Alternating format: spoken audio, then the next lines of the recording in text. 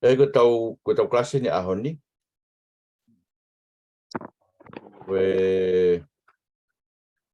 Ko kamata.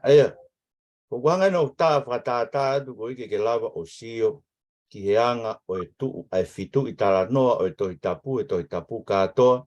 Ka mono Fakalotukalafi o Tohitapu i mea pe. Ko whambe ke mai ho Tohitapu e ahoni ke tau ngā we aki. Ko whambe ke sio ko Tohitapu ko hui ke tau lue whakataha pe mo au ngai mea koen te tau whaino hino hen te tau tānoa ke Fitu'italanoa Tohitapu ko unga ko whambe ke sio ki ai ke sio ke Tohitapu. Tau ku kisi e taimi ke tau lava sio whakataha ke tau Tohitapu ka ko whaama ngai klas koen nuk toe ngai wiki at koen tope tau wiki tol ko whaama ke tau lava sio whakataha ke tau Tohitapu pia Tohitapu whatonga pa ke tō mai peia ke tau whanonga. Aia koe Fitu'italanoa o Tohitapu mono mahu inga koe Palani Fakamo'ui ai Otua he Tohitapu Katoa mea se neski a whakamabe ko mou tau whemaino aki koe Palani Fakamo'ui ko ia na tau wakai koe ki ai he tau tui. Koe ngawe e Otua o kuwhai, koe nehanga o whatu e pureanga, koe ne teu i ha pureanga, ko tō no pureanga, koe whetua ke tau tauhi ai ke te ia aki e ne wholofola. Tau kei whai pe ngawe ko ia, koe konga whakamui e tau whanonga ai, aia koe talanoa hono ia e Tohitapu, tau kau he talanoa ko ia, ke whai pe Otua e whatu no pureanga i ahon, ne ngawe ake ne kosperi, ngawe ki tau tole kau tala kosperi, ne hanga whakatata e mai hano kakai, ne hanga ririu e tau mo'ui, ne hanga whakatoi tuk ki tau tol me mate, ne hanga whakanofu ki tau tol ki ngai whetu o langi, tala mai fufu e tau mo'ui tau tol e kalaisi. Tau ostoi tuk ki tau tol whakatahmo kalaisi. Tau whanonga i pakoi ton ki tau tokang ke ngai mea koe o olunga, o tau ai ke mate, o tau ngai kupu o ke mamani. Aia, o ngā wulaiwa ke ai koe, peanga ia talanoa e tau mo'ui, e ngai talanoa e fitu koe ni tau whanonga ai. Kage, koe mea te torange e ahoni. Koe ulu aki ko whange tau sio ke mea koe whaamu ke muhanga torangai, ulu aki. Pamanata pe o no lau whakaaho o e Tohitapu. Mawinga bito e singahi tokoua. Ko whaampe ke whaipe e koe e ngāwe koe ni. E beke ke hanga ilo koe ko au pe ho whai ako he tau wako koe ni. Koe Otua koe tau whai ako e koe mea whate whito e pe e tau kalasi i e Tohitapu. Koe Otua e tau whai ako. Ka pau koe Otua e tau whai ako. O tonu ke tokan koe kia kua whio i pe e Otua e whai ako ia a koe. E toko taha ako. E ngai tō onga koe whai ako toa pe a i kai ke wha mau hao taimi. E ke lau whaka aho ai ne whora. Ko whaam ke ai hao taimi. Tau te whit ka pau ko koe koe toko taha whai whekau koe. Koe toko taha maranga hoko koe siasi. Mātuak mahu inga ke wahei i hao taimi aho ko toa pe. Ke whai ai ho teu maranga. Koe koe ngai ho teu i ki potwhora koe te ke maranga sa pate. Ka koe teu maranga ho lau e Tohitapu ke osi. Aia koe mea koe noua ko whaam ke tokan ke ai. Ko manak pe ko ke lau mai o Tohitapu wahe e wha i Koe hike ke lau ke osi e Tohitapu. Ko pai osi e taun ko osi. Ko osi e tau e ua koe ni ko osi e Tohitapu ho to e lau. Ko manak pe. Kei ngata ai ko whaam ke tokan ke ilo hoko ai hoko e Tohitapu. Aia ko whambe ke sai beka motoka ke tari mai pe koe me hena. Koe tohi e whiha katoa e Tohitapu. Tohi e ono maa ono. Maro pit. Tohi e whiha whakamotua. Tolhiva. Tohi e whiha whakafo. Wafit. Sai ange ka tau ki ai ahe ange ke tau lau whakataha ngai tohi. E ko whambe ke ai ke mahino peka te tau tau mao e hoko ngai tohi. Kamat pe tau whanonga me CNS. E palua i ki tohi whakaha, e tau lau whakata. CNS, Yoto, Tiko. Mipa, Nome, Fiua, Mamau, Rute, Rock Samuel, Ua Samuel, Watui, Kari, Wakari, Esela, Nehemia, Tame, Palovepu, Ohereti,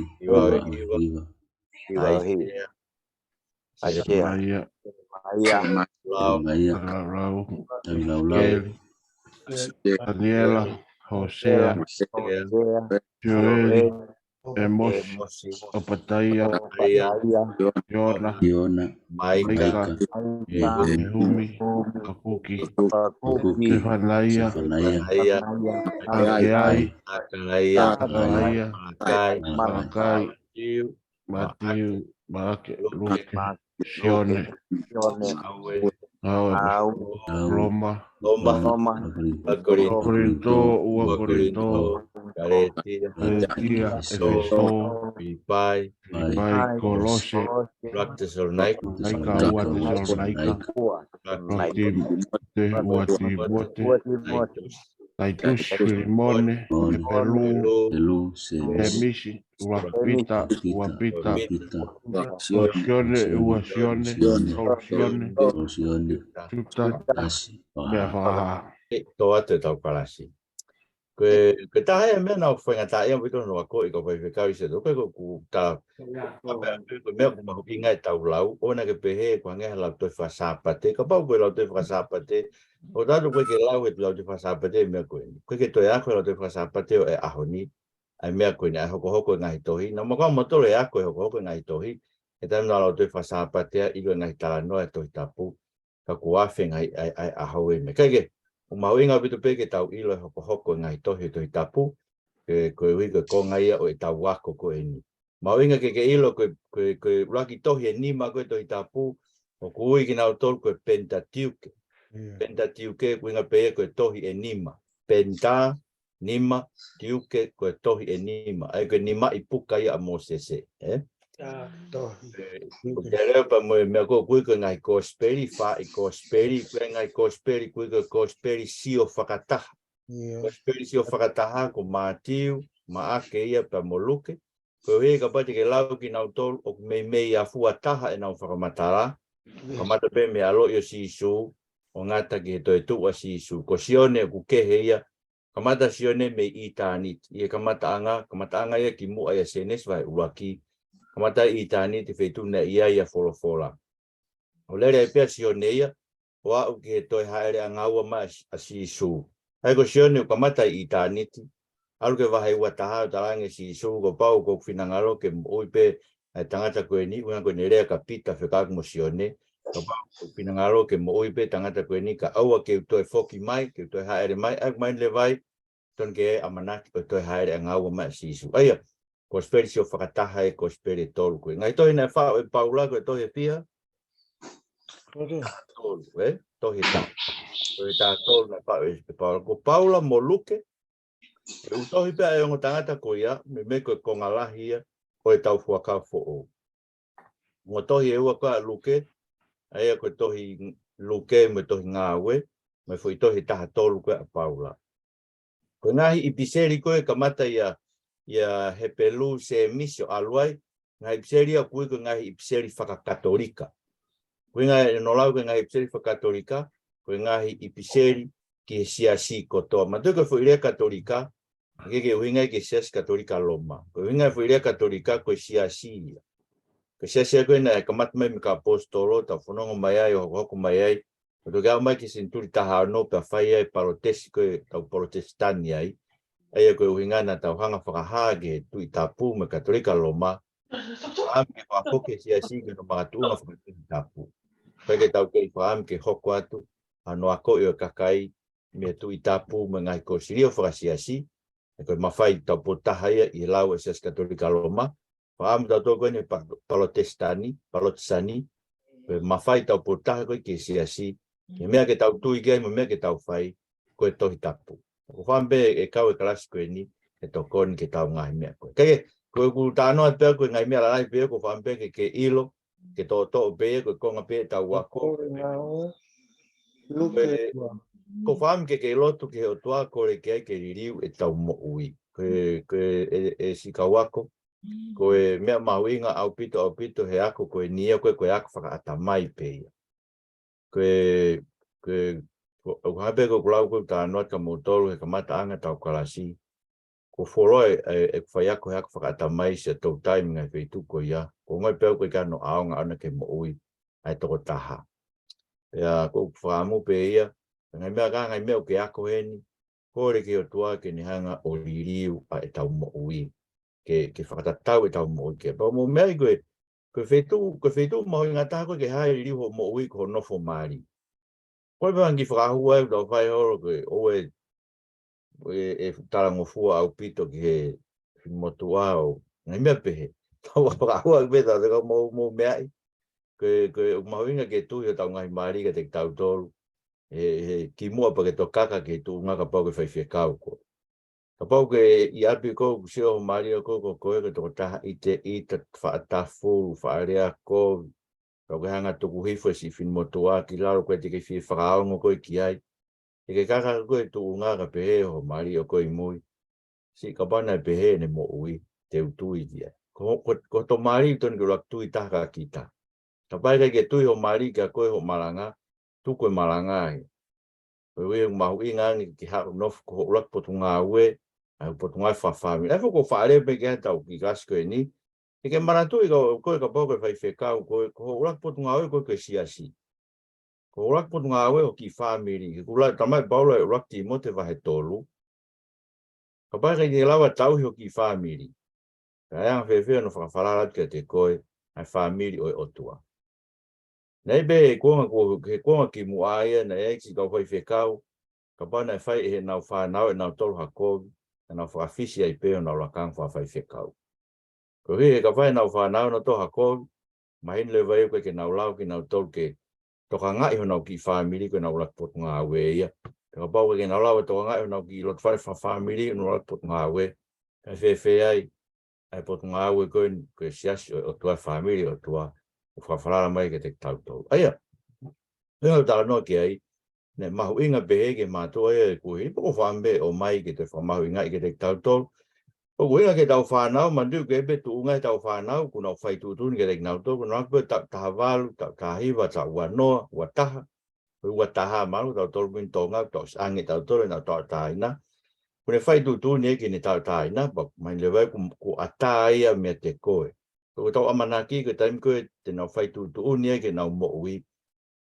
Nai aonga ngai whahino hino, ngai ako nak tau te whito ke whanau koe na tau tole mātua whai whekau. Ko whaangoi tau whaari ake tau whanki whamiri, tau hanga pehe to kua ko tokangan ke whatongia siasi. Tau tolo Mo'ua more tau taimia siasi. Kairi ake se tau whanau. Taka winga ko koe whanau kau whai whekau e taim lai koe ni hia ko whakapāhia taha ngai wheitu. Koe ke toka ngai le rei nau tolu ia. Pea ni hia e whanau ka whaiwhekau, nau mai pe nau tolu hu mai ke lakang whaiwhekau, to kua koe ai ke tau tuk whakahoro. Ka phala tange nau miski nau tupu koe hae ngai whaiwhekau, ni kai ke hanga he nau tangata e ki nau tō o whainohino le rei nau tolu, I nau tupu hake, ki he ngāwe koe ni.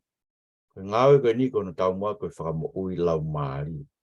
Koe kai koe kumi tuunga, koe kai koe kumi tāpuaki, o I kai koe toi uhi. Koe ko kumi paanga, koe ko ngāwe ni e mawe ha paanga. Koe ngāwe koe ni, koe tau mua e ngāwe koe ni, e tau woki mamani o ngāwe ka kai ko toa pe, koe kawako e ko sisuka. Ko whambe ke whafoke tau Mo'ui, ko lotu, pe ko lotu whamiri, pe ko lotu pe a koe ki ho Mo'ui ako toa pe, kore ki Otua ke tokoni mai, ke tau mui ke whaino hino, ko whai ke te tau tolu e Tohitapu. Koe whaasika tau ngahi Lesoni koe ni, ai koe ni ngahi wike koe ni ko hiri e tolu, o ku mau be he YouTube, ka te ke alu o kumi he YouTube he hingoa ko e koe Reverend Dr. Maafu Palu. Ai koe ki YouTube pe a aku pe ko whahanga o tuka tau whangi video o whaare ai ke whangi isiu keke.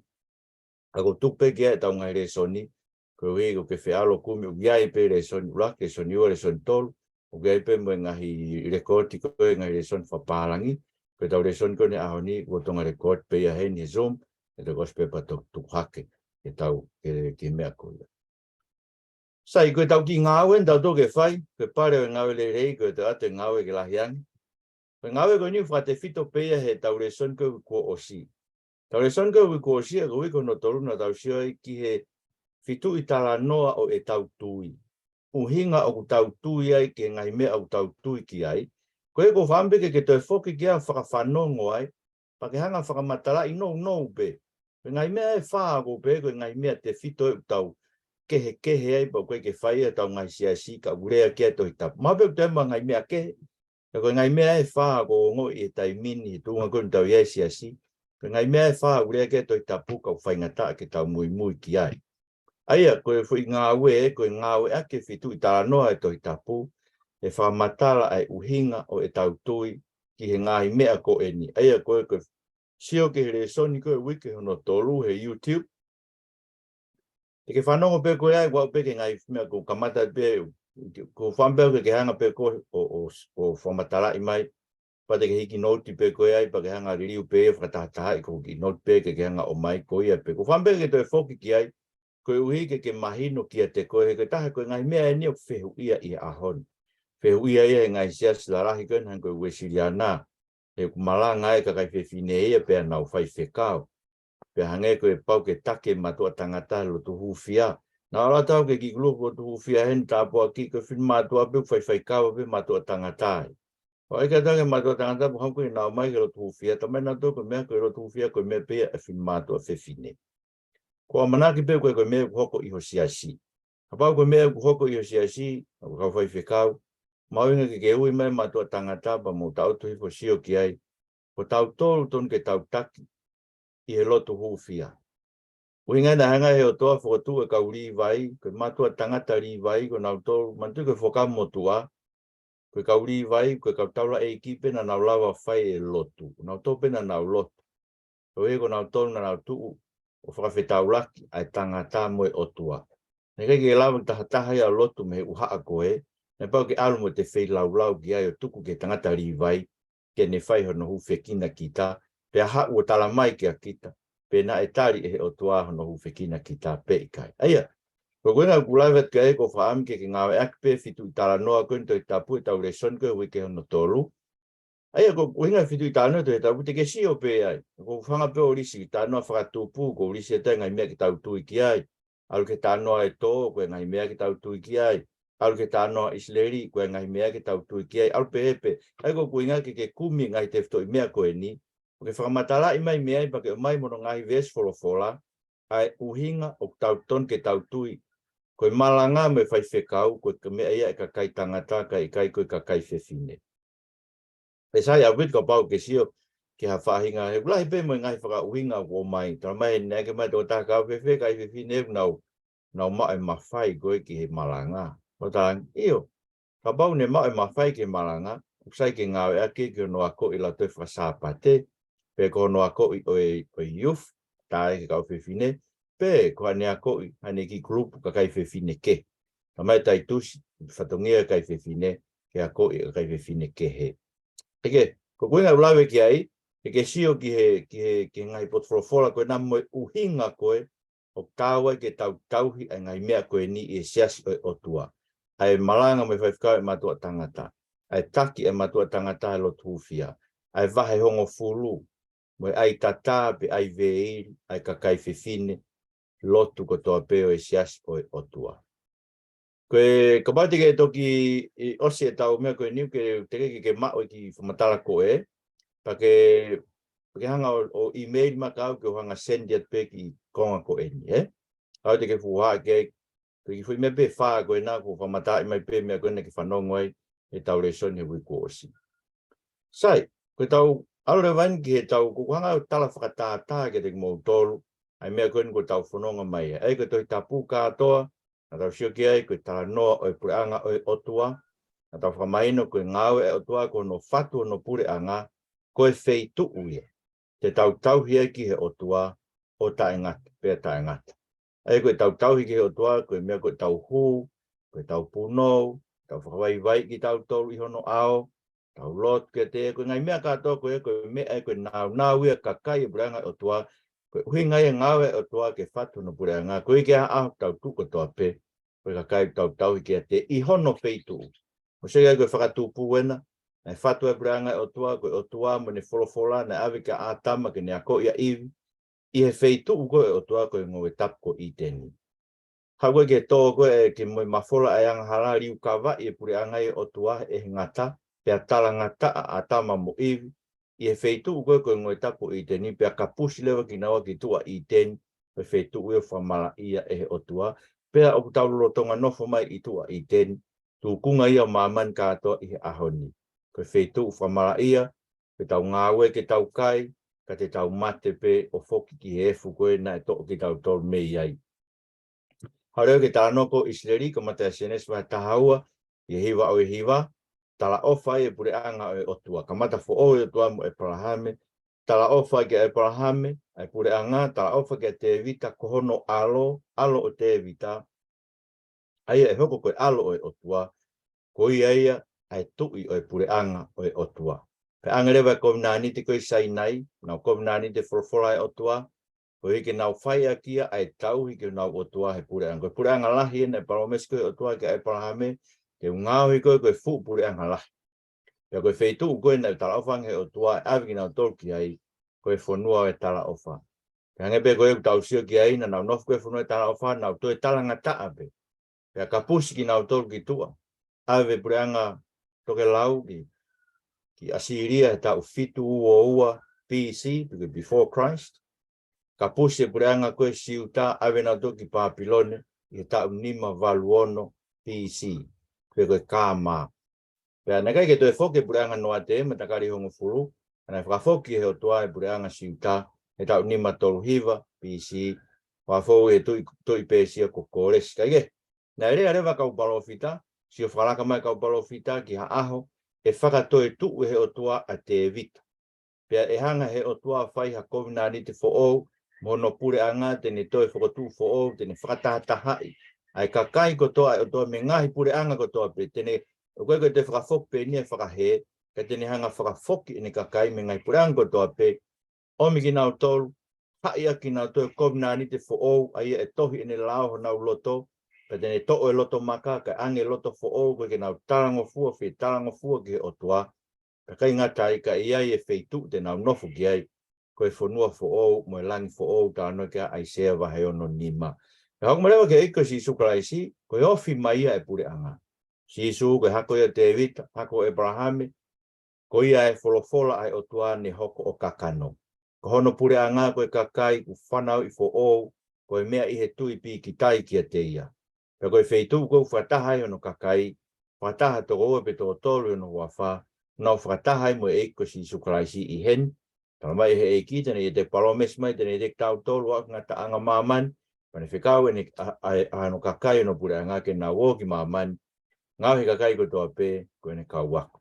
Ka hoko leo ke kuanga Fakamo'ui, me tohi ngāwe, ke tohi whakahawa he wanoa, taimi au malanga e pure anga, koe eiki, ko sisu, koe kalaisi ia, ko awhia e tō matau e tamai, me ringi mai no lau maari e ke te tau tolu, ngau he ki tau tolu ko no pure anga whakalangi. Koe kakai ko whakatoe tu mo kalaisi, koe kakai ko kau ngā whakanofu mo kalaisi ngai wheitu o langi, koe kakai ko omi no lau maari o ai i ho tau loto ke tau ai ke mate rewa, ai ngahi hori kovi ko tau peho tau kakano. Aia koe mea mau inga ia e kau tangata, kau whiwhine. Ko tau tau leo koe ke totoni ke tau whi maari, ka ruke ke asa hanga hala he tau moi. Ko lawe pe au, koe pe tai me tau whaai Whaitanoa loi, koe mea ke whaeha whakakata mga i mea pehe. Ako pehe, ka hano au ngai tau maari e ngai Talanoa loi. Ko tau pe toto ngai Talanoa mooni ke whamaari e ke ngai tau mo'ui. Ka pau leo koe ke ha Talanoa, koe Talanoa loi pe a tuku. Ke ui ngai ke whae Talanoa loi. Wepe taimia ke ope te whata noa ia. Mea pake lawa koha kupui wholofora. Tansi, kuki kupui wholofora anu pau ka te au. E lau loto at mo tala noa kia. Keike, koe ngahi koe pure anga whakalangi o Otua ko tau tolu ia. Wa tātaha e kuonga Fakamo'ui. Ku mahi no lau maario ai e te tau tolu. Ke ne hanga o ngau he tau mo'i ki tau asiri hoko ke eko si sukalaisi. Me whakataha pui ho tau me mipa ko toa pe. Tau me mipa ko toa pe koe mea ngā aue koe mā oni. Pea u whai e tau tauhi ki he Otua, he wheitu ko tau peu tau whakatata ki ai. He uawhio e Otua he loto tonga no kakai koki mau tolu e tempare. Aia koe rea tempare mo rea siasi hono ngā koe whakafo o mo Tohitapu, o koe ke uhinga i ki ha whare. Tohitapu koe tempare mo siasi, koe rea siasi. Maa koe taim koe te tau aloi koe whakafo o mahino vitu koe tempare kakai. Koe taim koe te tau aloi koe whakamo toa mahino pe o whatano ke koe tempare koe na langa e Solomone, koe whare pe a tahana e wholofola o tua e awhio ai. Koe nea koe whakafo tempare mo siasi, koe kakai. Koe ke uhinga i ki ha whare. Me pango uhinga ahani ke I tak pe ani to kua ko pau pe ke ia e fare lotu ia kai to ki lau ko tau sias. O sias pe siasia ko higo ne whakataha mono eiki. Pe una whakataha fu pare pare, pe una whakataha lalo akau, pe una whakataha pe ki haape. Pe whakataha anga ia o sias o Otua. Hangai pe ko ki sias ko na tu I kolose. I api o Filimone mo afia. Pe ngo mātua kolose. Hangai pe ko ki sias ko na tu he api o Pisila mo Aquila. I Efeso. Hangai pe ko sias ko na tu he api o Koloi I Korinto. Hangai pe ko sias ko na tu he api o Nimifa. I kolo ko leo tisia. Ko ngahi siasi e ko ngā whakafo ou. Ngai whai pe ngahi api. Pe ko ngai siasi ko na tohi kia Paula. Ki siasi Korinto ko siasi o Otua. Koe vaa ia siasi o Otua. Tau wanga mahin puke ahon. Ko tu ki vaa I fe. Kau ton ke whaapa apai. Ai ki siasi ko toa pe whakakolo. Ko siasi o Otua. I kanoku polu. Pe ko Kenpela. Pe ko Honolulu. Pe ko Fepe potu tuwai. Ai ki kai ngalot ko siasia o Otua I he feitu ko ia. Ai pe tau tānoe ko Fakamo'ui ke tempare kakai ko fatu e Otua. Ko e tempo e hoko mai fatu fo ko hoko mai pureanga e Otua. Ko pureanga ia o kawikuna. Vainga ko na wikuna. Ko me he nau tu e eko si so kai simo ne folofola. Nau tu he famonia eko si so kai si.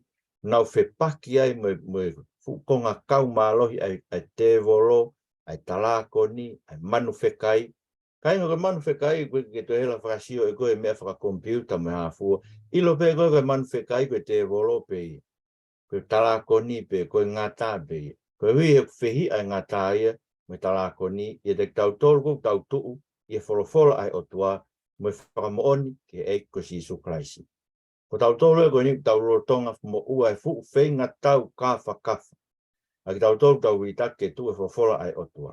Pe kai lava ke hoivi, pe kai lava ke kuivi. Ko fata lot ma pe ke ki kai not ko tau hi fo vesi ko e hime we siria na ono ta fa. Vesi ko pe tau pore mo. Yo no ivi lahi. E lava e tau iku na. O ka pasia alang. Ko ivi o, ko ivi o, ko poto o, ko poto o, ko poto takio siasi. Ka ko ivi lahi. Ko ta ne ta fea. Ko iwi e lami, ko e lawa e aki, e tau whenga tau, ko pureanga e Otua, he hoko mai whakatukfo ou, ko pureanga e kauwikuna, e nau nofo ke se sremfo. Aia, ko talanoa benai na tau whai koe I lecture uluaki. Ka ko whaam ke omi rewa e fo I Esiangaue koe, ko ke maupe koe mai fo I rea koe, fo I rea na aima ka te au he Professor Minusila, Professor Tonga be, ko fo I rea whakapalang koe framework, ko ta mai ka au, ko na fo I whakatonga koe Esiangaue. Ai ko Esiangaue, tau mao ene hange ko Esia ko whaka Esia ke tā. Tau mao ene fo Esia ke tau whakahu ki ai la I tā. Kau pau ke kosi la I tā ke hao ke fo Esia. Ai ko whakakau be ko Esiangaue. Ai ko hoko lewa e Fitu'italanoa ko tau Esiangaue ia, ke tau whakarea aki, ai Katoa e Finangalo. Tau pau ke hena Tohitapu. Ke sia ke lau ka paula ko ne malanga ko na e whai a ngāwe vai wanoa ve si wa fitu. Ko ne malange kau whai whekau Efeso, e na e neui ke na uomi ke kolo ko Mileto.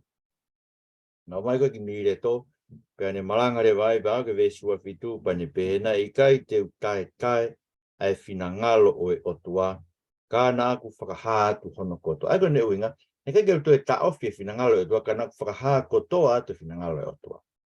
O whiwhiri ke te au, e ang whiwhia tau whakaha kotoa e Finangalo e Otua, he taimi tau whakamatara hange koe aho ni whiuia e whakasoto mamo e nofo mari, e ang whiwhia tau hanga whakaha kotoa e Finangalo e Otua I he nofo mari. Tau mau ki Esiangaue koe, koe Fitu'italanoa e pureanga e Otua, koe ki Esiangaue te tau whakahu ki ai ke whakarea aki he Esiangaue koe ia, ai Finangalo o e Otua, ki he mea kotoa pe o tāu ke tui ki ai siasi. Mahalo pe uinga maari pe, ai ko uinga ko mea ne whaam kia apostolo ko Paula, en rea koe ki kau pisope koe me Efeso, ko mea ia wharea ke te tau tolu I ahoni ai Finangalo o e Otua. Sai, ka pote tau hiki rewa ki he, koe hai Finangalo o e Otua ki hono siasi. Ai koe ki fwoi mau, ko pasea ti olunga he, pe kai runga ke usuange pe te ulawa ki whasi isi ipe, ko hiki lawa haat ke te motolo nko toa pe, Stop share.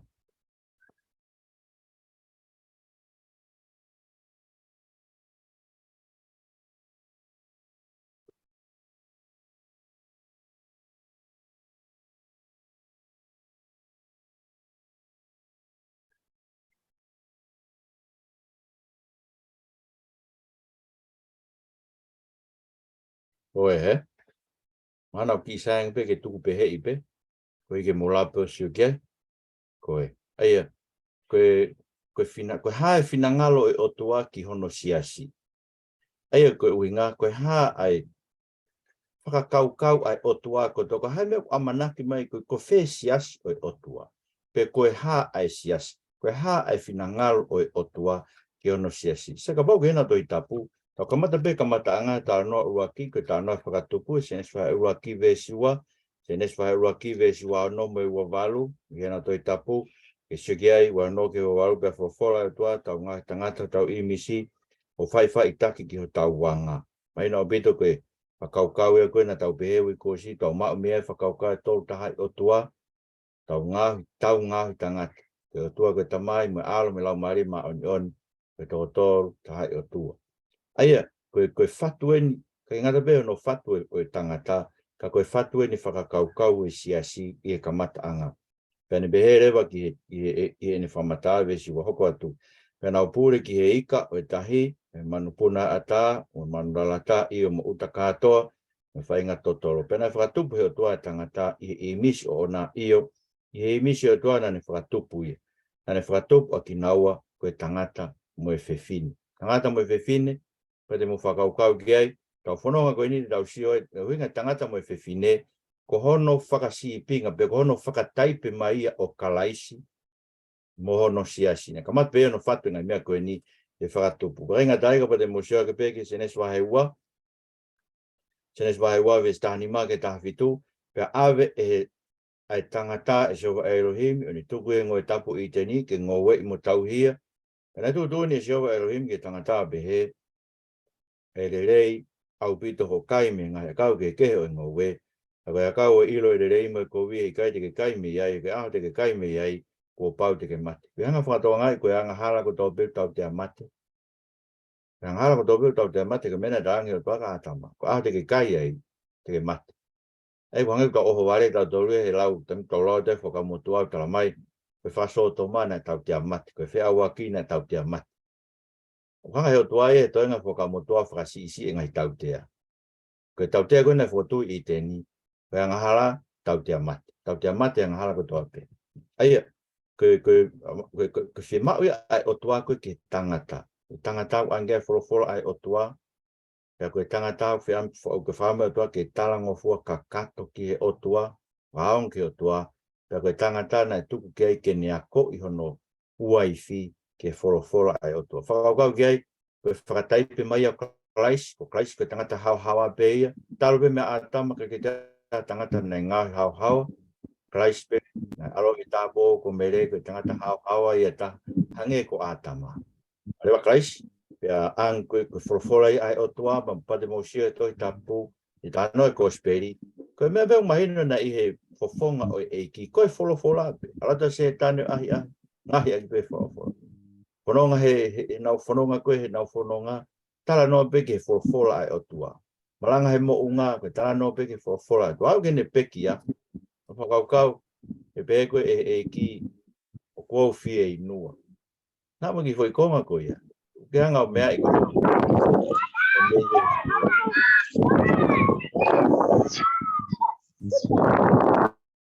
Koe foi konga ko ia.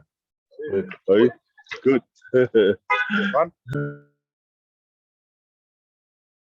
Kada ko mute mai ho mo mea he. Ko Mary, kata ki Mary o pau mute o mea he. E ki rongoa a mai to tāwhena mutano he background, ne? Alo. Aia, kaike, koe whataipea o siasi i teni. Tangata me whewhine, whataipe o Klaisi, mo e siasi. Sai, pera mora ora ke tā noa koe o e tō, mai nera koe te tau tōru ia, koe se nes wa he tōru vesi uaki, hanga e ngata ia fehu ia folofora e Otua. Mana tui ko mena ange Otua ke tangata. Ange Otua ke tangata ene folofora. Hau e ngata ia, oku mo oni koa na e folofora ai Otua. Aia ko me be fai e ngata ia ahon. Mo sio ko inga be afe ngai sio tari faso toma tari ke malanga kai fe fin, kai kai fe fin tari ke oe ke to ai tata me ai ve kai fe fine tari ke oe take kai tangata ko inga be me ka to ko ia. Ko hiwa ke tau ke tu ki tau to ke folofora tau to. Tau hai tau to me ka e ke mai ngata. O mo oni ko na folofora to pe ke malanga ko me pe e ma to tangata. O mo oni ko Hare tau tole pe, kai mana koe ke mo'o nia, mana uhinga ki mea ko e moe. Kau mare ngai whaka uhinga ke kau palo fesa me whewhua. Mantui kau tangata, me kau whewhine. Whambenga ke hanga mai noi, koe Tohitapu ma olunga ngea toi palo fesa. Ta mai e saa me tātaha hiwa, I konga koe kui ko mema. O kou poto ange kau whai a Katoa, koe wiko ho folofora. O mau inga wiri ke tau whaapapa palo fesa pe ka whaifkau toke tā, hau ia mua toka te rine ke, mande lau ka paula, ka te hau haa nge loi mo toka te rine ke, me toka te rine ak malanga ake atu, kene mala ia. Ka kau awhi ngofua mo beta tau tonga, o ke palo fesa i ha, o ke whaifkau toke tā ia i ha mo ha. Ko whambe i whatoangi tau tau to lai tā ka whaifkau toke tā ia ani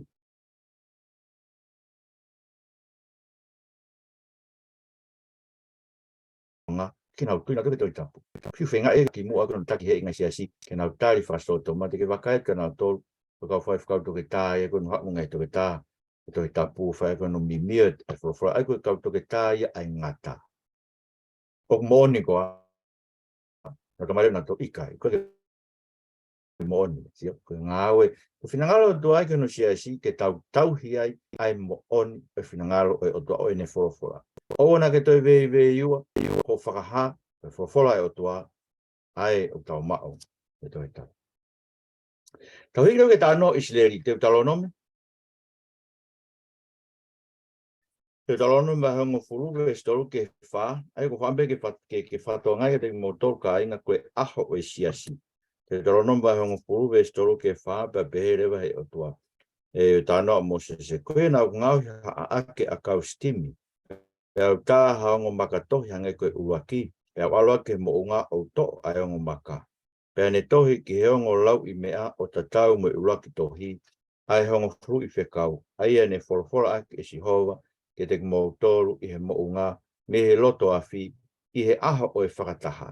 Pea nei o mea ki naua e sihova, ke te ai koe aho o e whakataha, aho kena nau tua I sainai, koe aho o e siasi. Kono winga e kou whapehe ai, koe siasi, koe whakataha ai kakai o e Otua, ke whetau laki mo nau Otua, I he ene wholofora. Ma tēnā nau hau koe ki nau whetalaki mo Otua I sainai, ne kai kia whotunga I asmai. Kono inga ne tarangi o reke te mō ngahi ha I misi, koe koe ako na tau whetalaki, ne kai te mō sio ka whotunga tā mate. Na mō whanongo peki re o me loto awhi.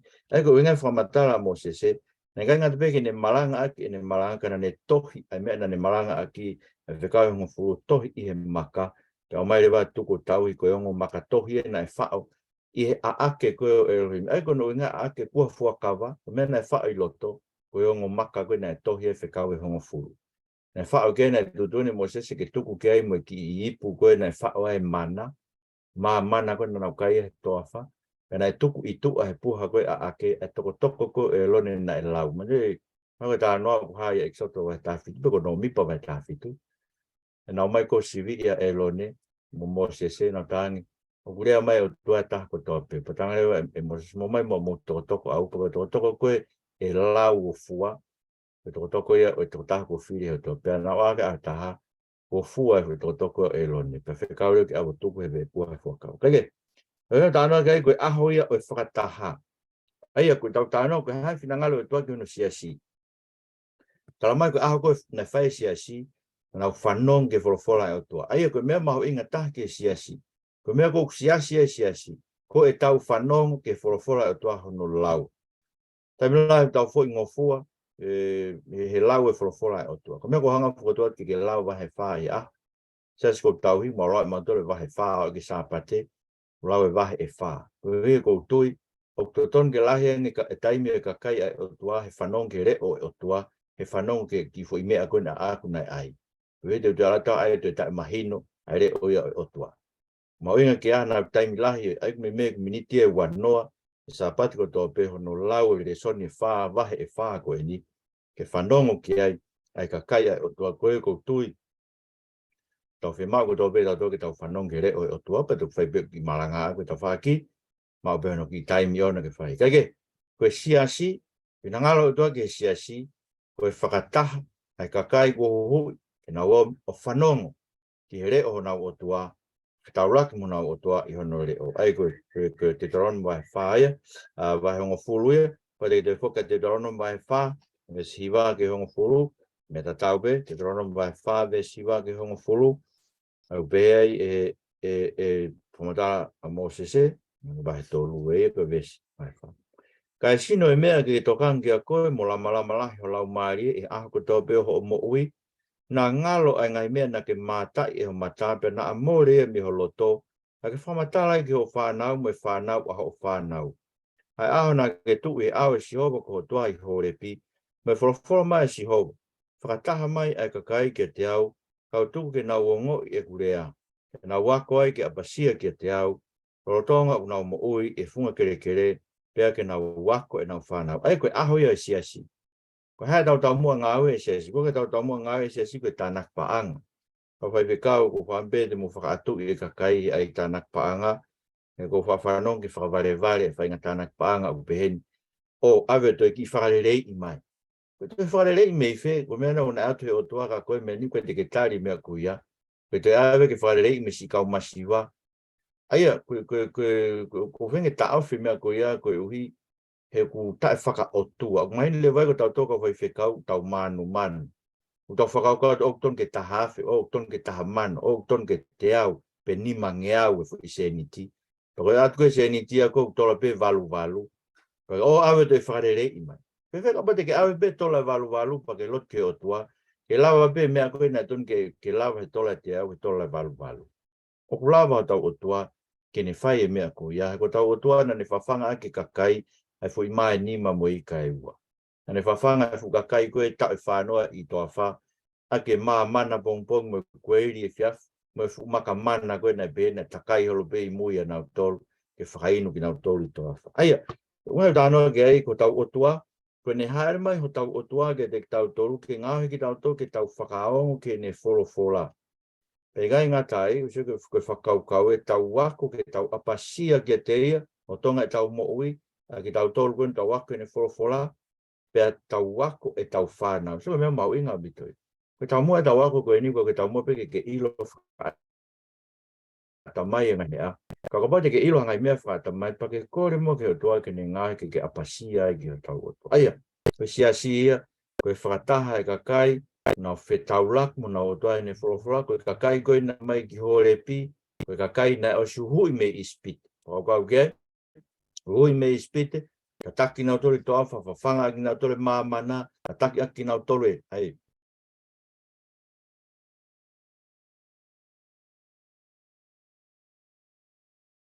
Whakaino inoa ki nau tole, mo ta taki aki nau tole he Otua I toa wha, ai sika ina. Kana omi reo whitaraki mo nau Otua he aho e siasi, o nau whanongo peke ne wholofoloa ke nau sio kia. Sai, marina oso e mea pia kapusi siasia koe ni ki tua I den I whakahe.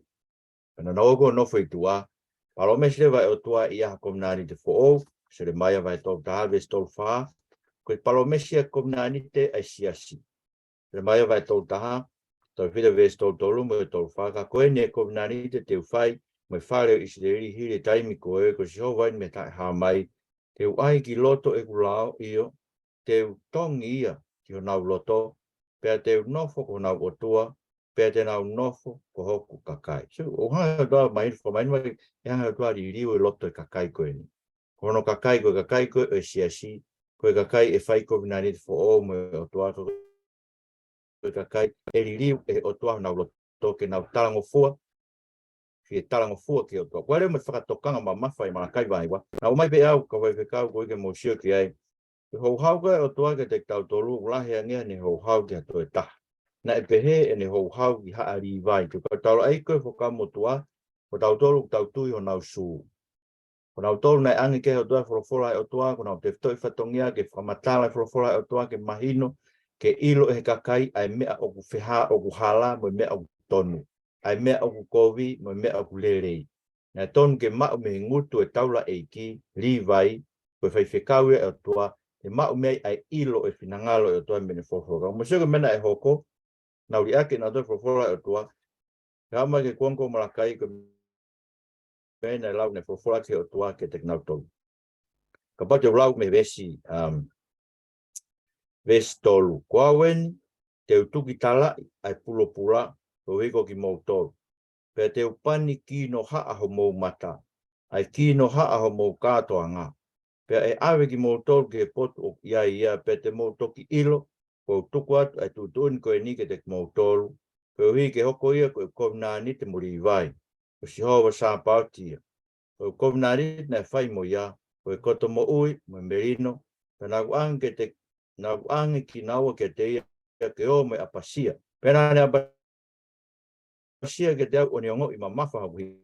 Ko e lao mo niana I hono ngutu, pea nai kai ilo hakovi I hono lo ngutu. Nane tā kaua mo au I merino, mo yanga tonu, pea ne whakatafoki e tolahi me kovi. E koe tau, e ngutu, e taula e ki, ke tauhi ai ilo, pea ke eke he kakai, ai lao, me hono fofonga, e koe whaiwhekau I a Sihova sa pati.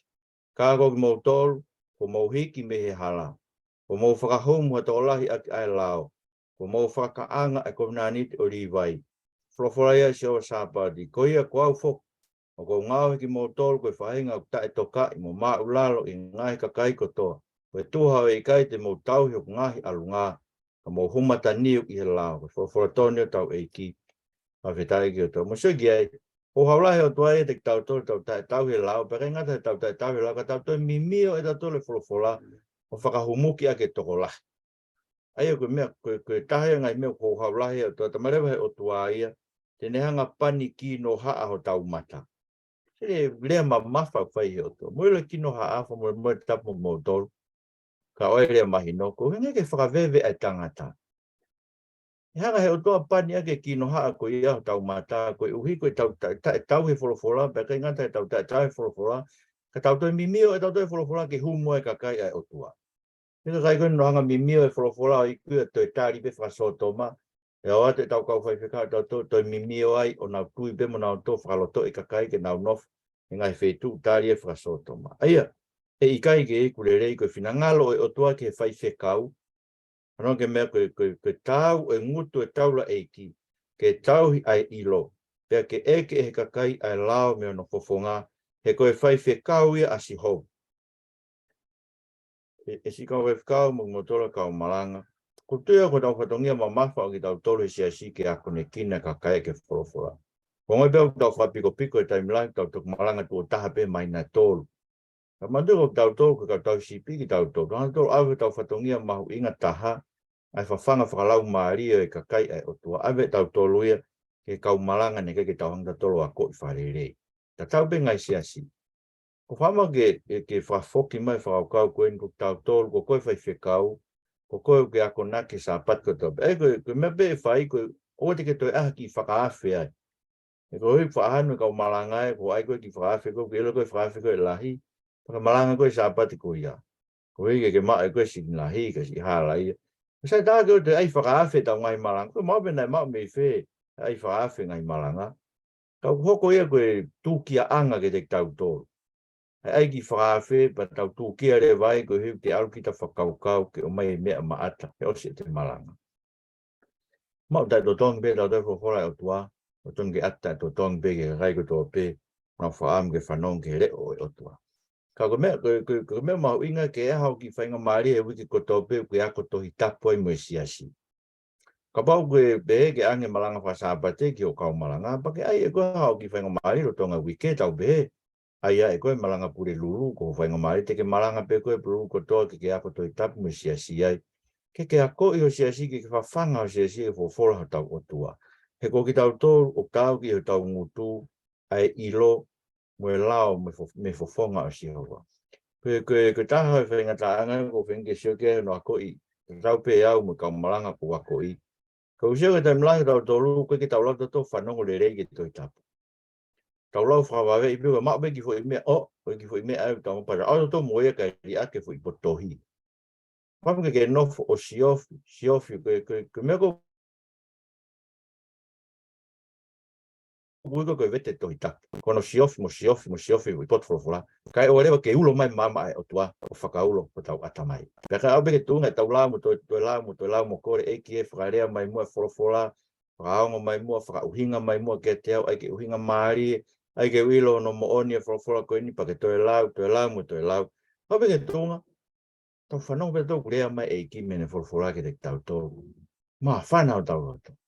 Hana ka mga na ako mo tangata ko haraki e measa. Whakawela o tau roto. E ko folofora mai eki mene folofora ke te tau tō.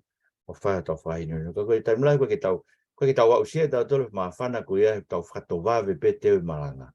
Tau mo ua tatu tonga wike ngai paanga me ngai mea pehe tu whakawawe I pe teo malanga sa pate ko wei I whainga maari e pe te mau koe ke teo te malanga. Ai ke maho inga tau whatongia koe ni ko wei ko mea kon tau sio ai pe siasio Otua ko tau toa ko whai whekau ton ke mau ai tala mo oni me tala mea ko totonu me tau ngutu me whawhola tau to. Sai tangoto ala ke ha erma sisu Amarewa si suke te tau tō koe whaamkio no siasi ke langa funga maka. Aia, masinga mātiu wai fitu, e siwa taha ke wano. O mawinga ke hanga whatonga koe rea si su koe ni tō whanga ke wataha ke watolu. E kumone au pito ia. E whakaukau koe tō lahi kakai te na uomi e aha ko ia behange. Si su na mau malanga parofisai. Na mau kapuste vo rod me besi wata u kai ko ia pe ne lau mai e ne hu ke buranga he bani ka ko ne 5 na ngalo I tamai u he bani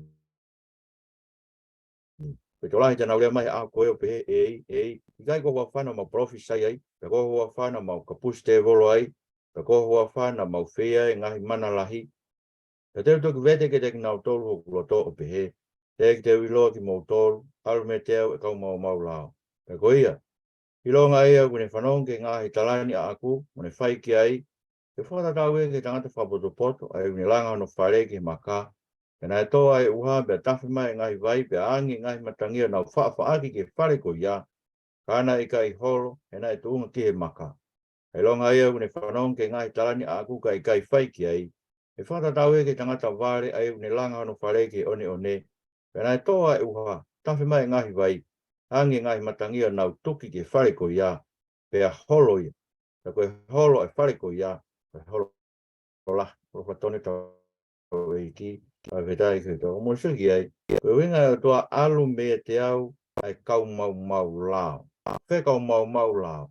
Na nau whanongo peke wholofola si isu, ka kai ke nau mo ui ake nau to, kai ke nau whawaiwai ke, kai ke nau talango fua ke, kai ke nau tete he whanongo ke, kai ke nau loto mawhesi whanongo ke wholofola ai eiki.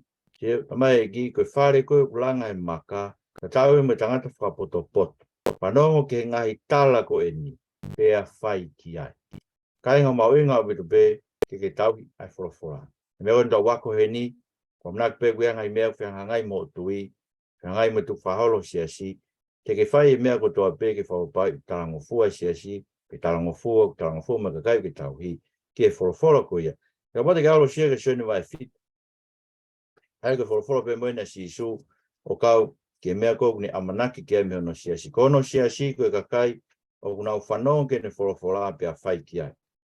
Koe ui, ke o te tau kau e kau mau la koe ka puski tau tolu, ke aha koe te tau whetau lake mo tau eiki. O sione vai fitu, tau mareo ke te tau tolu e eiki. I westa fitu me ta malu, ai au pehe. Ka pau koe loto o hataha ke whai ai whina ngalo ene tamai. Ai ka mata si isu, ka pau ke hau ke si isu ke loto, ke tala ngofua, ke whai ai whina ngalo o e Otua. So kai, ai ka pau ke hau me loto tala ngofua. E whai pe mahino ke teia e kutokaa te rine, pe koe mea mehe Otua aia, pe koa o pe o gourea ia te au. Ea, ko pau ke tau hato to me loto tala ngofua. Kai toki mahino ke te tau tolu, ai wholofola e Otua. Koe ka kai una pe o, te ke mahino whau ka te au ia e me ko ni ke kai fe fin na malanga ba e na ve me e ko ile pe ko ki foi how ang ko ki foi excuse pe tau o hak he ko ke tau hak ke fora me fam ke talango fu ke fora toni ro hak mau pe me fam o ko fama ke talango fu tu ke to ki muy me mahino ia muy ka tu ke ula kamata talango fu ko me tra mai si ko pa ke kamata talango fu e va ve abute mahino ke te ko ia nga fora ai pe sasio o toa ko kakai o fanongo fai ke nerea pe kakai o na ha mo loto talango fu mo whakapapau ke talango fu ke fora ai o toa ko we ga na ilo ya mahino ke te na tol ai fora sige ai ko ya ke talano ko finalo o toa e da ma ke talano si ko ke ko Fakamo'ui e fe so va nima ngai me go na tau sio pe gai me kamata anga o matala be paula o lave ka whakatau pe ki mea koe e kamata ngā vesua ni mā ke tolu kau tangata mo ofa mo ngai wifi o hangai foko klaisi ni wha e siasi ni li oe ni a whioko i koia koe ke ni whamao ni ia ke wholofola hi ni whofuru ia paru ko anga koia koe vai koe ke ni omi e siasi ke te ia whe tapatapaki o oa na ai hano ila pe wheu pe mea pe e ta ai kehe ni mā ni mo ta e mere o toton ke pe he foki ai ofa ai ngahi sipani tiki se nau ngahi wifi e se kosi o nau sino ke nau tō koia une ofa ke no wifi une ofa ke te seuke ane whea hataha ki ono kakano o nā kai kehe o kune whawhanga mo tau hia o hange foki nei whai Christ ke siasi e kai ngahi kupu ki tau tōru o tau sino koia e tukuang e tangata ai tamai mo e whae kai piki tai ki ono wifi pe tana hoko kakano pe ta misteri tau mamao eni au kau e kure a aku ki a Christ me siasi. Ka o ki mau tolu fok, whakafoi tangata e, tak taha ofa ki siono waifi, o ngei kone ofa ke te ia, ka koe waifi, me whakabapa ki ono sipaniti. Aia, o whakatonu e ki, whawhitai peki o tua. O se ki whakaukau e talanoa ko eni. Koe uhina e to'o e whewhine me ho tau hui waka. Koe hui ia me ho tau hui, kakano me ho tau kakano. Paperewa e Paul. O kai kia taha e tene nofu mo a fuhere hifi ako no kakano. Kai ke whai e taha a kovi, ko ke te nofu, tu kia ka pau kaki mau wha teknikari whata mai. Te hanga o hifi peo to kakano, pe te hanga ai whalawea i kita. Te tangata ko toa peo ofa kia te ia, ai kone uhinga, na uhinga hono ngahi e o tua whewhine me he hui waka, ke tau lau ho tau ngahi waifi ko e hui me ho to hui, kakano me ho to kakano, pe te ofa mo tau hiki ai, o hange beko te whai ki to sino o ona, o ota. Aia, kau tangata, soko mea mauinga o pito e whaukau e koe ni, tau ofa ko tau ngahi waifi, talango fua ki ai. Koe mea moina o pito, tau whawhahua agi pe, ka koe mea ulahi pe i tai whin mātua koe toi ki whawhepaki. Po te tau atpe tau tolo anga i rei, koe whamore pe mo talange i o ko hala ngā we, mea rewa e hoko, e merino maupe ai family. Tako whakaukau e koe tā noa paula. Ko sige, o se tā noa paula pa tamai paula i. Ko mea kana hoko i te ni ia, koe misiteri tau mama o ia ka ko tā noa a koe ka klaisi mo e siasi. Nā uinga hono to e hui waka me tangata o ngahi ake whewhine, ke tau ilo. Koe siasi mo kalaisi, to o peki tau tolu me kalaisi. Ngahi peki tau tolu me kalaisi, heu tau koe hui mo e kakano ki tau tolo klaisi.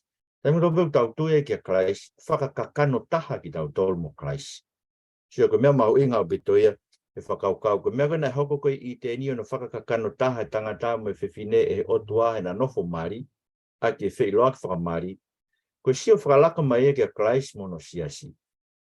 Ai ofa a klaisi ki hono siasi, o lau, hono hui, me hono hui, kakano me hono kakano. Komo mea koe mea ton ki tau ofa e he si tau ngāugon whai no tau he si whangasipi a eiki, pia tau whai whaka atu, o oa te tau hanga o whamalohia ki nau tolu he ngai tāna ki paanga me hāfua. Koe ko taimlahe o ku mahina peka te awi e ngāuge we siriana, ko teka ke ngāuge ki botiasi a we siriana ke mahino e mea koe ni. Ka ko ilo e awi o koe ngāi lahe kau whai whekau koe whenga, ke mau e missionary, whakaam koe e missionary. So ke mea ko hanga marangai mau pe wahe hongo fulu. So tu ke missionary ia koe mea o whamalo. Nā toi mai ki tamka te au he YouTube tamai ia. Koe tia ke whakawho o ke anga si so marangai e wahe hongo fulu. Ka nā tau lawe ko si ke mātiu wahe watolu. vesua tolu. Na talango sisu ke kau takilotu koia. Na ton ke nau fai nau wahongo fulu pea. Tauhi me fai totonu, me fai mooni, me fai mesi. Koe ngai mea ia whaamkea ta ke ririu tau mo'ui. Koe tau fai pe o yo wau. O ton ke ririu tau mo'ui. Aia, o tui au o kuinga bebe a hanga he kio o mai ni lao tohi tau loto. Koe wahongo fulu he whakaukau koe o mai koe whakafo o mantu koe ke tau tauhi whakalao e tato wahongo fulu. O koe wahongo fulu koe tuunga ia o e whiunga. Koe lao ia e whakawhiunga. O perewa e whamatala a paula koe ia o korinto wahe hiwa. Koe au whakakaisi e ne whakaheka, whakakaisi e ne utu mai. Koe au whakakailahi e ne whakaheka, whakakailahi ne utu mai. Aia, kaya pepe ho ilo whakakailahi o whakaheka. Ko ka wofua koe wahongo fulu, ko wahongo fulu e, koe ne o vai ho fuaki koe whakakailahi. Koe ne si ai, koe whakakaisi i. Koe be ku taim lahi tau whai tau tai whakawhares, pe mo tau tole wahongo fulu. O, kus atu wahongo fulu, koe tonu ke utoi awe hame. Aia, ko tau ama koe whakafo o ia tau whaam ke tau wahongo fulu, ka ku tauhi whakatatau ke krese atua ko mai matau. Kake ko lau ki ai, koe hui koe, tānoa koe ne mo'ui e siasi, whakakau koe no o mai ke te tau tolu ngai whainui koe no whakamo tua o mai o apply ke te tau tolu ia kalaisi. Ko tau tolu, ngai bena e to'o, e whewhine me hui whakawaka o kalaisi, e tangata o behebe mo ki tau tolu. Ai ofa kalaisi ke te tau tolu, o hange to pene ofa ke te tau tolu ko no hui mo kakano. Peka pau ofa bea kalaisi ki ono siasi, tau tāmo ki tau tolu kau whaiwhikau, ko tau isip, ki tau ofa ke sikakai koe. Sikakai masiva pe ia, o mai e kia tuku mai ke tau hanga tau. Mo mea koe paanga kotun ke tāna ke siasi, ko paanga langa whare lotu ia, ko paanga ke ai wāhenga, e whaiwhekau. Keta mlai whoko asia ke misnare me mea, ngā panga koe ai peke wāhenga whaiwhekau. E ka whaiwhekau, koe ko whawhawhau tun e o te oa he wahe tolu e taha paanga ko tāna ke siasi, ko tau wāhenga ai. Koe tui au ia koe mahalo pe koe tānoa wāhenga ai, koe mea whahuisi iana pe ia. Mako lai taha ia ke motoro si kau whaiwhekau, mo ta ngāo ke motoro ke mo tauhi. Koe mea mauenga pe ia, koe hae whaunga koe malu e ko tau loto me manu. Koe tui koe parapare malahi pe ia ko mai he Otua. No mai koe paanga me mea whakaari ma ke te tau tole ngāwe. O te mauloi mai kau whaiwhekau mo motora kau maranga. Tau lai o tau lau maari ki hei e paanga. Mea mauenga piti kau ke maa paanga. Whakaukau pe whuaki e ki whei. Whakaukau mau pe koe ki whua. Koe te whakaukau ke tānaki. E koe tānaki koe mea tō taha manu. Ko whanara pe koe ke Otua. Ko hau whanara ke Otua pe. Ka pate meha taha ka tola ni mangi au. Ko anga maha taha. Ka whinangalo e Otua ke maa e sini kuia. E be o tanga be Otua te mai sini lai pe e mea taha ke hei. O koe ko kuhinga tānoa koe. Ko kuhinga tānoa koe. Koe be taime taha toh. O, mana koe sini tēnu ko mai maa koe. O te ki tau whakau pe he. Whakau mau pe ka haa me te unga ake te sent koe ni. Pe o whaki ha taha. O whaki ha taha masiwa. O whaki ha taha wholau da toko nofu muri ni. Pe o whaki ha taha ke. Taike. Koe uhi he ko karaisi o whaki hana siasi tongi tau ofu. Koe na tau sia ko si ka rakulinto vai taha. Whinangalo e o toa ke kau whewhine. Ai ko whanki mea e nia whakat. Koe whanki mea ki hanga no tauhi o i o wau koe anga tau nofu siasi. Ai koe rakulinto vai taha na tau lau ki au ko si. Ko whaambeke ke whanongo ki ai. Kau lau atu pe, koe wingman ko ki ai ufi, koe ai tata, ai ulu. Koe kau whewhine pa koe ulo tu ia. Koe sio tau toro koe ngai lotu whawesi anan tau ki ake tau toro mea koe ni. Si kei tau he ka ngai sastonga. Ka koe uinga Tohitapu en te lau atu rakulinto vai taha. Pesura ki ke taha no. Pea koe ni ko whamalo atu mo manat ke te au. He mea ko tau pe. Mo puke ngai tutunia whakatau ke tuku atu. Ka ko loto ke mo ilo, ko ulo tangata ko toa pe ko klaisi, ulo ke whine ko tangata, ulo klaisi ko Otua. Ilo ngā tangata o whai hahu, pe maranga bro sai ka tata hono ulu, o kune whakatau ki lalo i ai hono ulu. Ilo ngā whine me whai halot, pe maranga bro sai ta hui hono ulu, me whakatau ki lalo i ai hono ulu, pe kune tatau to pe mo taha, o whakateke fua. Iyo, pau i kai ai tata whine pe tukene kosifo. Ka pau ko mea whakamaa ke whine ke kosi whakateke fua, pe tukene tata. Au i kai to tonu ke ufi e tangata hono ulu, e ko imisia me langi o Otua. Ka koe whine ko langi o e tangata. Tala haina tu po tu buanga e tangata ko fine kai ke ko tu buanga e fine ko tangata ma foki na gai ngai ai tangata ko fine ka ko fine ko vi ko tangata no hinga do to noi ke ai fine ke no u e fai longa pure ia teria ai ka panelo kane ngoi ka tala hai fa pa ta ha fine i lo tu ta ka wai e tangata fa pa ta ha tangata ta ka wai e fine e ngea ko tangata ai tu buanga e fine pe fo e fine ai tangata ko tu buanga me ko to pe ko ko mo utangi e me ko hai de mo toru o ka ko ke fai e fine a hu ke o tua ta ta i kai wi no i ki mo toru na tula ka u lolo a tangata ko me ta ngari ke te ka u lolo a fine ko no langi ia ko lo ulu ko tu mo no pulong ka e to ta o mata fi fa ki e me ani e o we gai de tau fai hanga pe he e ki tau tolu ko ngai sia se o tua o fotone to e ki ta i o to ko ia ngai uinga fa uraki ko hui ko Christ ko ulu o tangata ulu e fefine ko no inga ko ke ai tata e tangata kai ai ufi ai ulu o fefine ko no wa ramai ko tangata ko langi o Otua ko fefine ko langi o tangata ai na engahi na fakatupu ai fefine ko hui ko tangata na kai ko tangata ko ai foke ne ke fakatupu mena tau sheke tau Lesoni ko hiri ko winga ia hono ua ko ai tatai si ka fefine ka i kai te tau ai tato me ke tau ulu ka tangata i lotu kono tolu ko kau angelo fo winga ko mai paula ke te tau kau angelo ko hai me kau angelo na pai kau angelo na to na pai finangalo tua ta no ke ai sa me te ma tolu sa me te ma fa e pelu ba uaki na to na pai finangalo o tua pea o kuna unof kina tolu fa am kina sio o tau hi e sias o Otua ai finangalo o na Otua me fa am winga paula me ke tau ke tau hi o e ai tata ka tangata e ai tata pe ai ufi e ulu ka ufi fine ko uhi ko ka angelo pa me ka angelo ke na sio o tau ke fora Otua ko na tol na o mai fora ko nga ko o mai ko fora ka mo se o beia ka le tia vai tolu na o mai fo mai ka angelo pa ono fa le winga no fa be he que sio ki natula que winga no ai ulu e ka kai fefine que fakataipe o tonu ke ufi na ulu tango do pe na wo mi ai ke ange to u fa natula ko e we ke ne fa ni ta tol ke mau winga o fa ilonga pure ia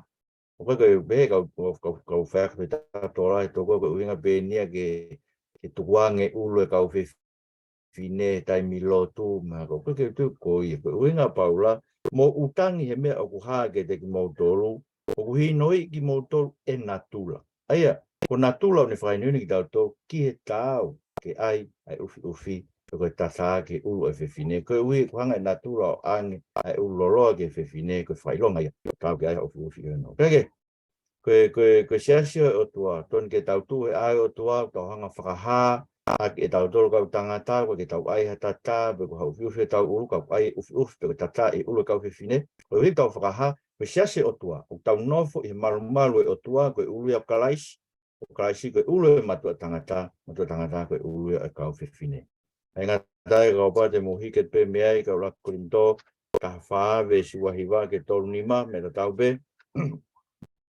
pea ko mea ke kau malanga palofi sai tu kerea toko pe toko tolu ka nofo o siwi no to e ko ba ha me ta ha mai ke ta ha nofo ke tua e uruaki aya pe fe ke ta ko fai mai pe ko paula ke malanga palofi sai ka pe fine e do me bol ko natula malanga palofi sai ke he me fai ko naki e ke malanga palofi sai ko me e ko fa tu pa ke pe ka kita no me he to te folo ke te rea ke vahe ke siasi aya ko me ko na tau ke tau Lesoni ko osi ne fa fai ko polo tu aho vai ngai folo ko malanga palo fisai ko vai ngai folo o to ko o tua loto ka o fefine tangata ke fa ko no langa hake o siasi ke ta mai ve stolfa ko me ka o fefine ke tau longo pe ke na longo pe ngai fataha e ga ngo fu ke te na to ke rea ke tu ke na tariangi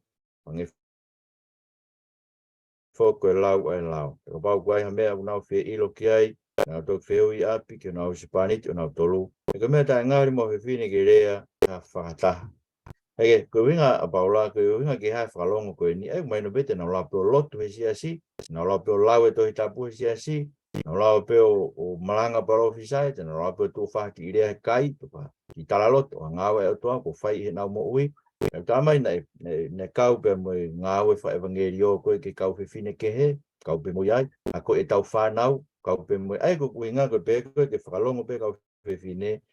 Koe winga e whakalongo pe. Whakalongo me no ako ne ki I kau tangata. Ka nau whai u ngai ngāwe ke he ko whakata he Otua ke nau whai. No ako na ki I kau whiwhine ke he. No ako na ki e whanau me tau tupu. Heke. Koe angai no whakanofo nofo e Otua no siasi. Ofa e ki no siasi. Me whakam ke whakaha e kau whiwhine me kau tangata. E nau tu he siasi. Nau tau nofo e malu e Otua mo klaisi me kau tangata. Kai ke ngatai ko lakti mo te wahe ua ves walu. Lakti mo te wahe ua ves walu.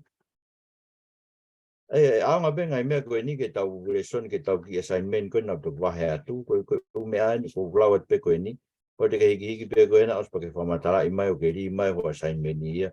Koe ni lawa ta assignment. Wakti mo te wahe ua po koe ves walu. Koe e ko uloto ke whai lotu he kau tangata he potu ke o hiki hake anima maa.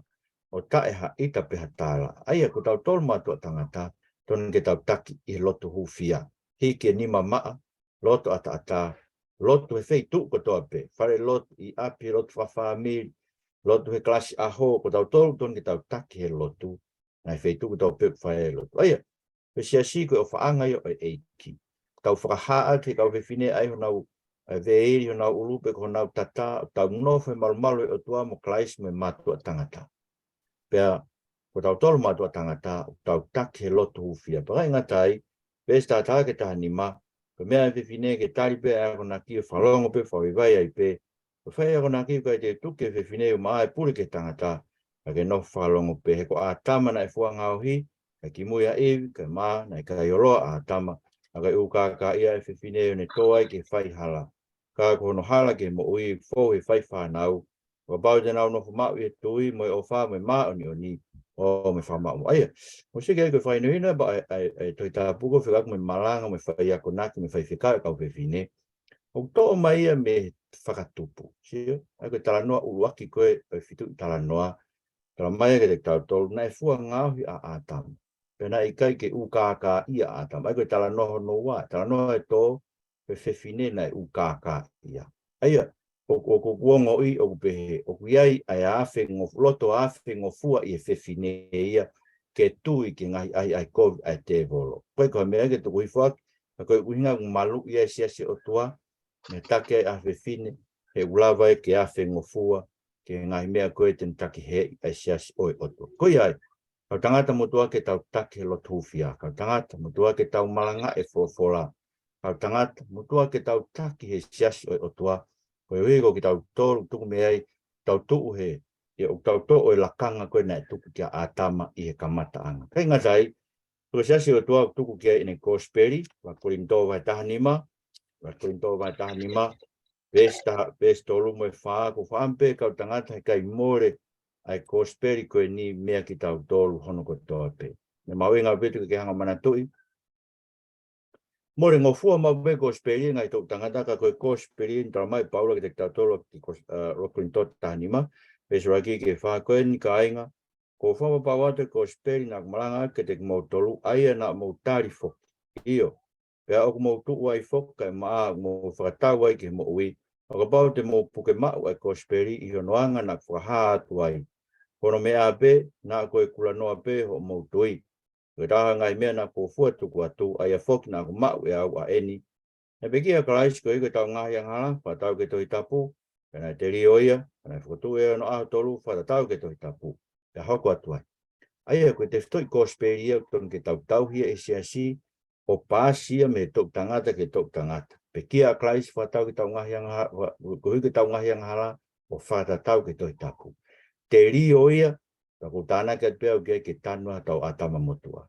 Pato e tuu ia, ke tau whaia ka Mo'ui o fōo, amana ke Mo'ui ta angata. Ai o tonu ke tau hia, e siasi Otua. Penga tae kau tamai ke te kautore wa pita vahe tolu vesi walu. I siasi o Otua ke finangalo Otua ke siasi o Otua. Ke tau whakavawe I mai ai aho o eiki. Uhinga ano tolo i aho o eiki ke mau he kakai ka taimi whakatomala. Ako wa pita vahe tolu vesi walu ke tātaha tala mai. Ke o nā puri te mautosi o whaanga fwoi mea koe nito kua koe aho e taha ta tau ki he eiki mo tau e afe. Koe tau e afe ka tau mo aho e taha. Aia, ka inga. Pate mo whakauka koe tau ni wa afe tau noho tari ke sisu. Koe aho peni e ua. Koe aho peni ua ai haere ta e ko sisu kaisi o tari ke ntoe haere mai. Aia, koe kai ke fuoloa e lawa pitau. Tonu ke tau ongo I pehe. O whakawawe ma upe whakaamu fi ma koe ke whakatomala ka kai o tua. He ko taimi lo en tau nofo ai. Vesi hiwa tala hei ko ne whai tuai e kia ne alo en tala o wha. O hange ko lau tuai e ni. Ka ko ne anga moko peke te motol. Mai kai tene whina ngaro ke au hata. Ke au sia whakatomala ka kai ko tuape. Ai hoko mai pe aho e kia o hange ha kai haa. Ai e more e ngahi langi mo longoa. E vela ngai whetu mo vete. Pea koe whanua mo ngai ngau e vela o osi ai. Pea ka paurewa e mo vete pehe. Ai ngai mean ko toa pe, pea whakauta mua ki hanga o to tonu ke mo wanga aki. Taka he toonga maa oni mo lot mo oni. Mo nofo aki tari ki hoko mai aho o Otua mo whakato'o mai ia.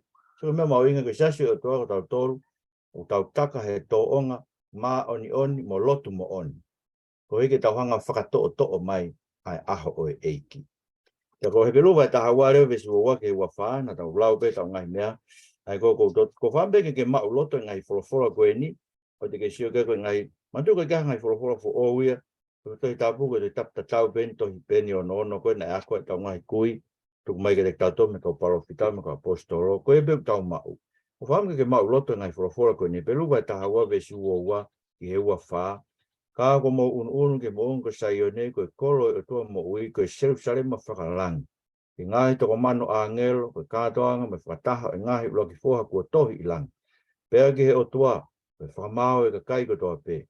Pea ki he ngahi lau maria e kauanga tonu ko whakahao hawa. Pea ki he sisu koe whakaloa e whokau fo ou. Pea ki he tātaa luluku aia unerea o rei hake ia e pe. Aia, ko tau toru he siasko e Otua, o tau kau ki tau toki he sias whakalangi. Koe hui ka tau tui ki eiko sisu, koe tau whakataha mau pe ki tau toru ke Jerusalema whakalangi.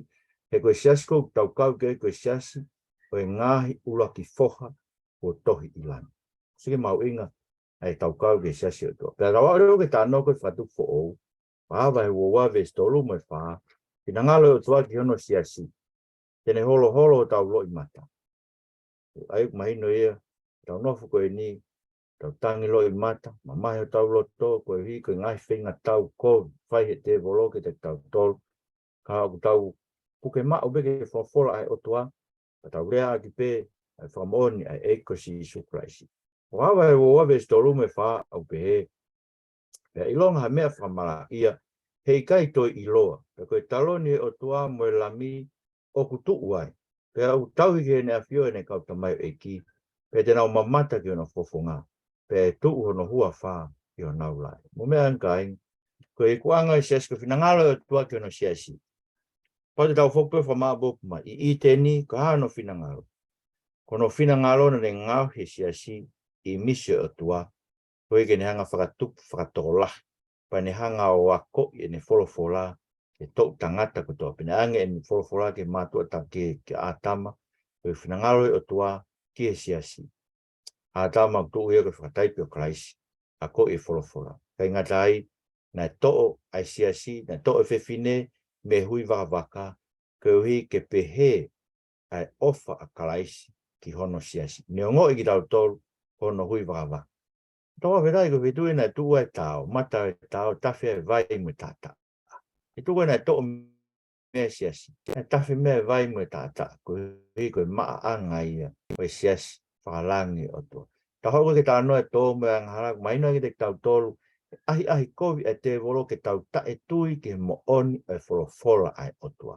E koe whinangalo e Otua ke no siasi, ke tauhi ai ai mo oni e wholofola ai Otua. Tahau ki tāno Isleri, tau sia koe siasi, koe whakatahaanga ai kakai kua huhui, e he eiki, omi ki nau tolu, ke nau Fitaulaki mo eiki ko nau Otua I ene folofola. Koe ke nau wako ke apasia ke teia, e mona honga wako e nau whanau ke nau apasia ke teia. Eia, mea mawinga bito ia, ai tau lot wha whamiri. Ko tā noe, tau mak me tā noe isleri, koe whatongia whakasiasia. Ia tuku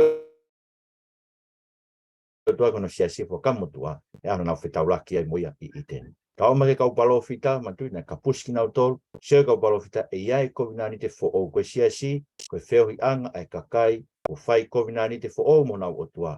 Pea koe COVID-19 fo o koe ia, anga he Otua to e loto maka, ome loto kakano, tohi gane folofola tau, talango fua fi, talango fua, ke ne folofola. E guai fu whakatokanga koe ia malakai. Ka pao te tau keu I enelea. Tene hanga vari ki tau tolu, tau tu e tunga kau taula e ki. Tene vari ko tau mata ai ki no haa e tau ngahi kātoanga. Kai mangai mea koe. Pao ka sisu, tau mareo sisu ke te kato, ko hono si asi koe kakai o kutari e ne folofola. Pea whai ke ne folofola. Awa ni ko sio ke ses whasoto mau, nau tamai na tau tungi tau ofa kau whasoto ma. Kaka ke nau ofa na tau ke Otua. Tungi tau lagi ofa ke Otua. Pea tau he ne folofola. Kai ke. Mai ko siasi o Otua, koe kakai o kuha mo e lau maari e tala ngofua. Ki he Otua mo ne folofola, koe uhi kai mahino. Sige kai, ngapau tai mahino tau mean, koe mea pe ua ko hoko. Koe ula ki ka mahalpe ko hanga e te wolo veiri o ko whakapulou ho matake o te ke sio ke folofola e Otua pe, o ke hau koe me lau maari e tala ngata. Kono uhi ngau whai ngata ke mahino ki te koe ia. Folofola ko siasi o Otua, koe kakai lau maari e tala ngofua. Tau ke kua Fakamo'ui, pai nuna lewa hei Otua, hai ofa a kalaisi ki ono siasi, koe ne ofa, koe ofa, hai tokotaha ki ono hui, mono kakano ton. Kau whewhine, no hanga whakaha, hak e nau ai vei, te koe nau ai honau tata, kau tangata, tu uta e vei, ta e tata, he ao e Otua. Ke tau whakaha, koe siasi Otua, tau ta utua, he malumalu e Otua, koe ului au kalaisi. Kalaisi koe ulu e matua tangata. Matua tangata, koe ulu ia e kau whewhine o e siasi. Tau tau leo ko tau whatongia koe ulu kau whewhine kau tangata, tau taki he malanga, tau hoko kau whaiwhekau e siasi, tau taki he lotu hufia. Ko tau tolu ton ke tau puke mau ai kosperi, i honoanga na whakaha mai he apostolo, ko tau whakahoko ia ke tok tangata ka hoko mai. Ko ki tau tolu ton ke tau taki mua i lotu mo oni, mo whai mo oni, mo taka anga ma oni oni, mo lotu mo oni, ko hii ke tau hanga whakawawei mai. Ai hoko mai au tau eiki. Be kai ngatai. Ka ko ki tau tolu siasi o Otua I mamani. Toton ke tau kau ke siasi whakalangi. Ko e siasi o e kakai, whamaa no ni e ta o eiki. Ko nea ue whakatufo o. Nangalo o Otua ki no siasi. Te tau tauhi ke te. Te tau sio mamata ki on maatasi o no fofonga. Pa te tau nofo ke eiki. Mauai pe. Eki mo whamaro ke te koe. E whaino hino ino kau ki o siasi. Me Fitu'italanoa o Tohitapu. Koe whinangalo ni a Fiona ki ho siasi. O maungore ke haa mua e whinangalo a Fiona ko ia, I ngāwe a siasi. Mohanga te koe tuke te koe se maungahi me a. Mawai o mauloto whakatasi, ko whai whekau, ki ngai toko koe kau malanga pe, si ngai tō whawhine, ki nau tōru ko tō pe. Ka wako ke omi ke mawak whakataha mea te koe. Ko koe ho mau whai ako. Ka koe ki mau tōru e tō ke mau hao me lau maari e talangofua koe ke whaami ke sisu. Mau hau ku mau whewhai ke whinangalo, kai lawa ke wawe ai mahino ke te mau tolu, ai whinangalo e a Fiona mi ho wholofola. Jesus Christ mo Fakamo'ui. Amen. Amen.